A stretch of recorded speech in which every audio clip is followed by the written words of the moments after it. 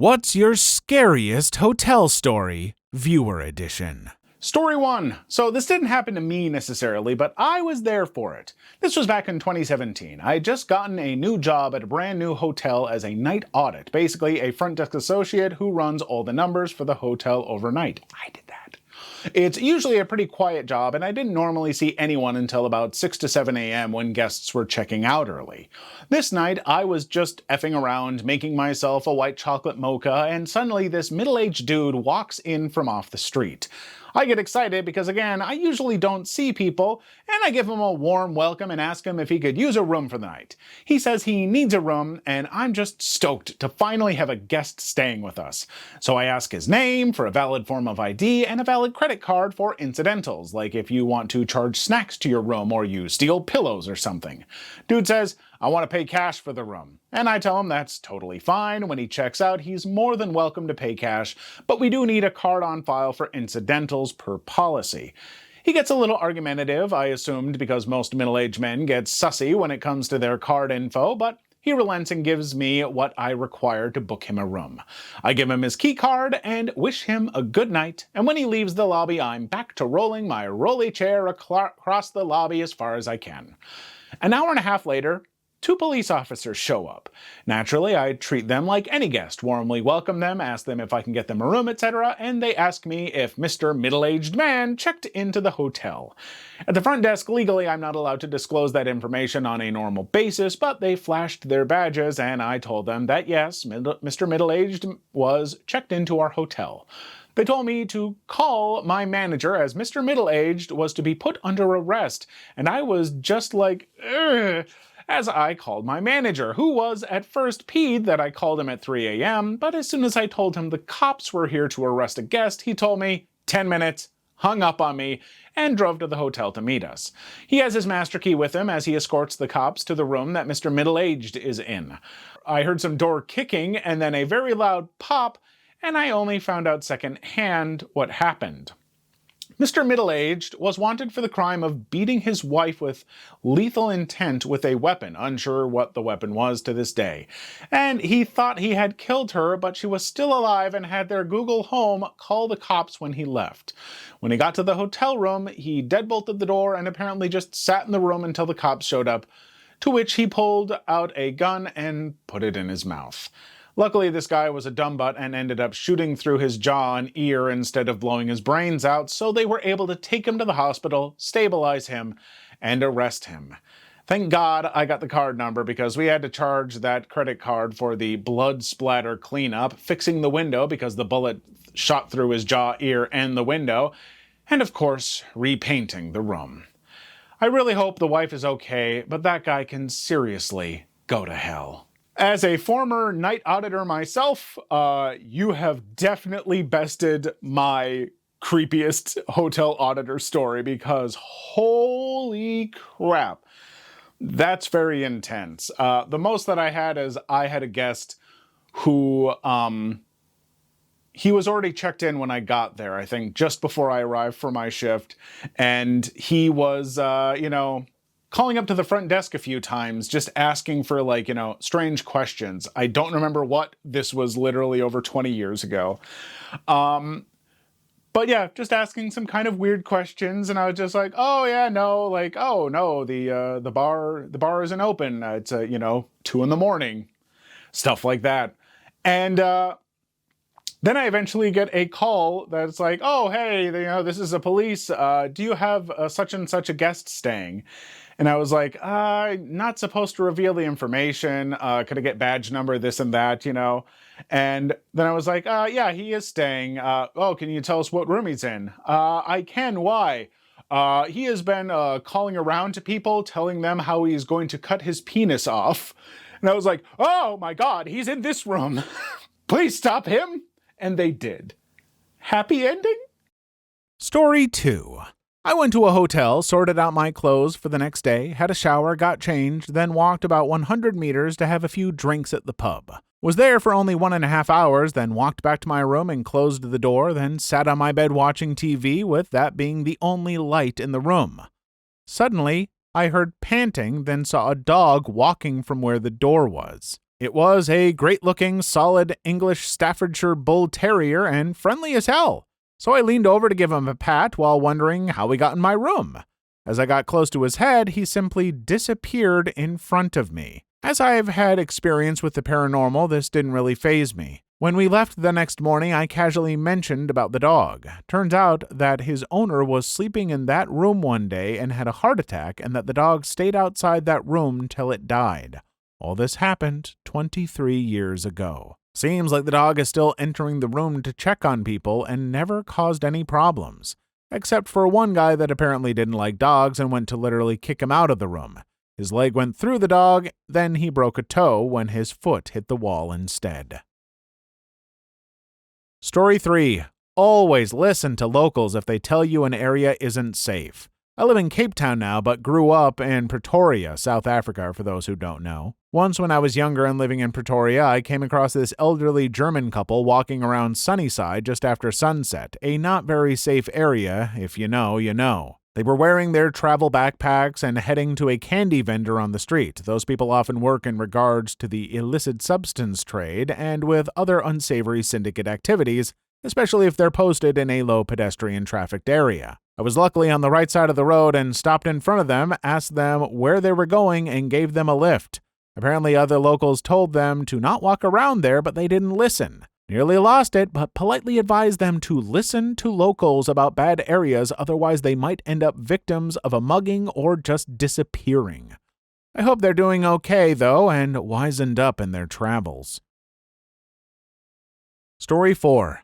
I traveled around Eastern North America for 3 weeks, with most of my nights spent at friends' places since they were kind enough to host me, but I did have to stay at a hotel on 3 separate occasions. The weirdest experience was probably at a hotel in the Canadian Maritimes, where I stayed at a massive hotel that had about 3 large convention spaces between the 3 floors and a small inner grass courtyard. The rooms were all along the perimeter, and my room was functionally on the opposite side of the hotel from the front desk and down to the floor. I also checked in on a Sunday for 2 nights in December, so minus the random events planned in the different spaces, the hotel was rather dead. I don't think I had anyone else booked on my floor, so other than the mid-morning knock on the door from housekeeping asking if I needed new towels, I didn't really interact with anyone. The room was also quite dated, and because I was on the ground floor, I had a massive glass sliding door that could be opened to the previously mentioned inner courtyard, which I think I triple-checked that the door was shut, and I had to adjust the coffee table in the room so that the curtain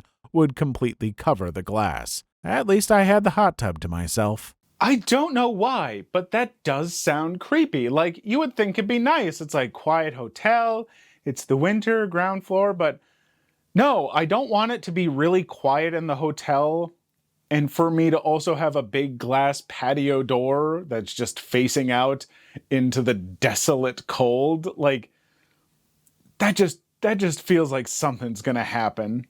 I mean, if I lived in a horror movie, which, I don't know, maybe I do. Story 5.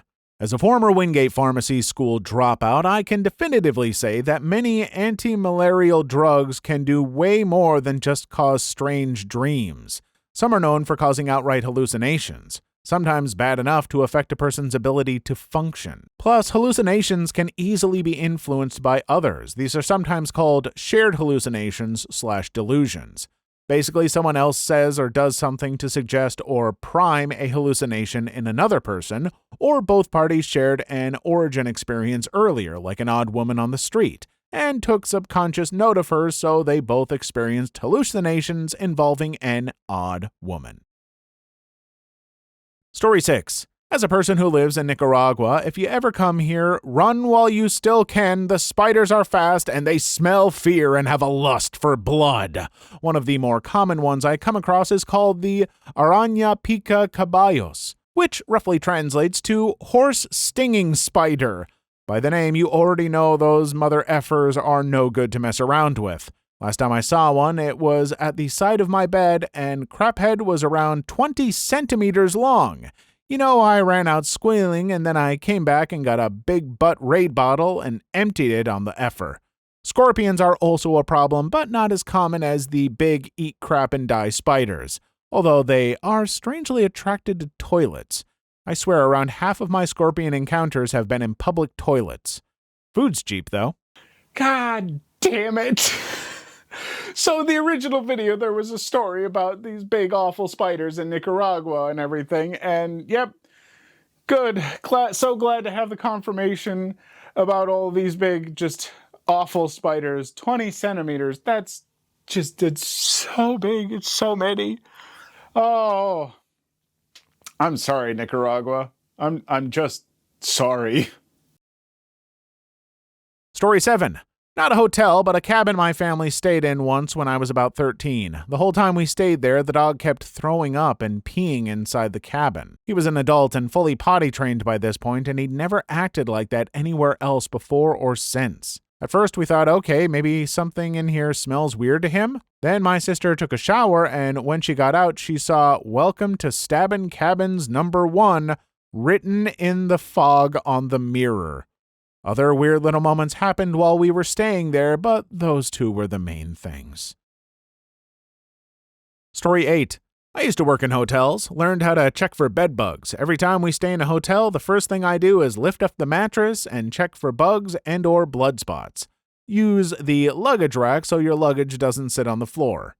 Use the additional door locks even in a nice hotel. At best, it'll prevent housekeeping from barging in on you. Ditto if the hotel accidentally double books your room, which happens at the DoubleTree where I used to work. Working in hotels ruined hotels for me. I avoid them whenever possible, and we actually bought a camper because I'm so grossed out by hotels. Story 9. More hilariously creepy than scary, but stayed in a B&B in Hannibal, Missouri on a trip with my mom 10 or so years ago, and overall had a great time. One of the attractions/tours we went on was a local ghost tour that included exploring a graveyard with ghost hunting tools and passing by several hotels that were said to be haunted. Part of me was wondering if there were any ghost sightings at our B&B. There were not, but lo and behold, someone had died in the room we were staying in back in the 1800s. While I did get some sleep the night after I learned that, my overactive imagination didn't do me any favors. I mean, to be fair, eventually, given enough time, someone's gonna die somewhere.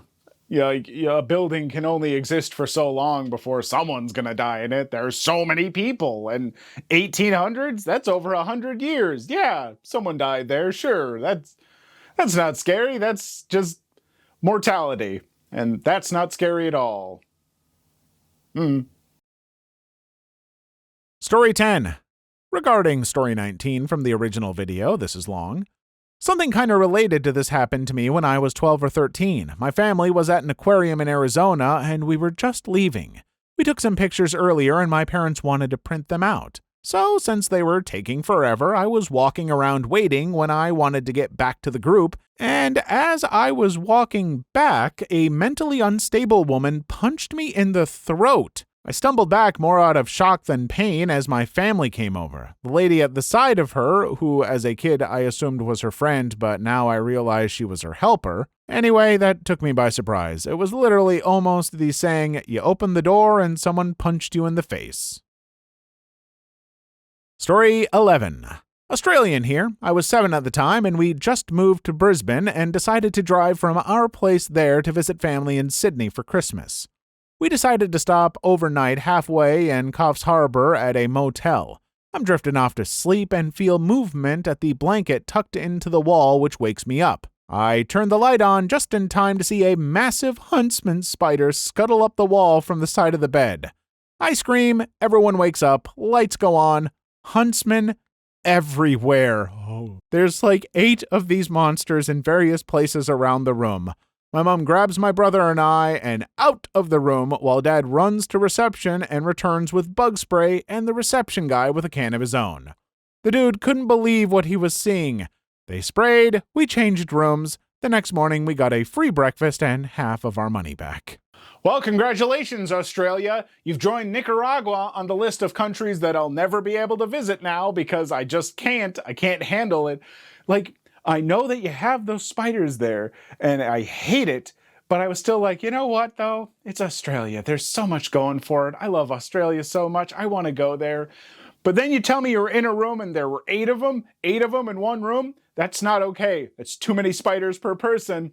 I can't with you, Australia. You're banned. Story 12. I stayed at a hotel in Canada. I always forget the town name, and the door deadbolt didn't work the way it did at every other hotel I've stayed at, where when thrown, not even housekeeping can open the door by turning the handle. Well, I was there for a weekend stay while at work and had housekeeping walk in on me sleeping in bed and woke me up. Since then, whenever I was at the hotel, I would take the remote in the room and jam it between the handle and deadbolt switch. For whatever reason, they only ever knock after they couldn't enter the room. Decent place, but scary knowing the locks almost meant nothing without additional locking of the locks. Story 13. I stayed at a near-empty hotel during the off-season where there were only about 5 people staying spread out in a 100-room hotel. Nothing really happened, although I was thinking haunted as I went back to my room late at night with minimal lights in the hallway. In the morning, I woke up at dawn and suddenly froze while staring at my window. I had 100% certainty that the curtain above my window was going to fall, and then the curtain fell down with a loud crash. Not really a scary story, but kind of weird. Story 14. Not necessarily scary, but the first time I went to Thailand, I opened my hotel room and there was a person in the bed and they double booked the room. When they got me to a different room, there was blood all over the bed, dried, not fresh. So obviously, as an intelligent person would do, I said, "3rd time's the charm," and checked out door number 3, and it was fine. I ended up living in Thailand for 4 years, LOL. Story 15. In the middle of winter, my girlfriend and I had a reservation at a hotel in northern Wisconsin. We arrived in the early evening, the door was open, and the place was empty. There was a note for us and a room key on the front desk, though. It was not scary, just eerie, being the only guest in an empty hotel. I mean, the real scary part of that story is being stuck in Wisconsin. Take that, you dirty Scanies! Minnesota, I'm here. I'm taking you down a peg. Pow, pow, pow! That's not true. I spent some time in Wisconsin recently. I go there a few times a year. I absolutely love it. I even met someone who recognized me. Hi! Story 16. Man staying the night at a hotel. Just before midnight, the manager knocks on the door, yells, "You got a woman in there?" The man calls back, "No," and the manager shouts back, "Want one?" Got that from an old novel. Story 17. I work in a hotel, and the updated schedule problem happened to me, and we were trying to open this room. It turns out there was a deaf guest in the room. Needless to say, her stay was free. I felt terrible. Please leave your story in the comments. I would love to make a video on them in the future. Also, don't forget to like and subscribe.